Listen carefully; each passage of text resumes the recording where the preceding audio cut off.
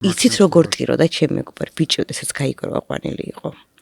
იმდენად გაუჭირდა იმის მიღება, კი არა რომ გაშურებულია, იმის მიღება რომ დედა რომელიც 2 კვირით წინ გარდაეცვალა, მისი ბიოლოგიური დედა არ იყო. აი ამ ფაქტის მიღება გაუჭირდა. ისე ტიროდა და ისე განიცდიდა 6 თვის განმავლობაში რიგრიგობით, მორიგეობით ვიყავით მასთან. ჩვენ მიმართულება საიდან ვიცით რაზე ტიროდა. შეიძლება ნახე სულ სხვა ემოცია იყო. კიდე 7ჯერ მეტად დააფასა დედა, რომელიც დედა ეგონდა, სინამდვილეში დედა არ იყო და აღმოჩნდა რომ ის არის. აი იტირა, იმიტომ რომ მაგ დროს ხდება ხო გახსენებები ხდება რაღაცეები.